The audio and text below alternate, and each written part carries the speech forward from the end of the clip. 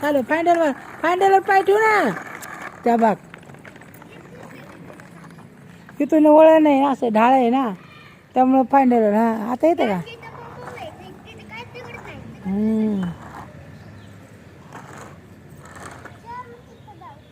ये इकडे इकडे माझ्याकडे ये. चालू होती या फायंडलवर ठेव पाय, फायंडलवर ठेव. मी तुला सायकलच नाही घेणार. जा तू फायंडलवर पाय नाही ठेवत. तिकडे जा, तिकडून मग परत ये रिटर्न. हां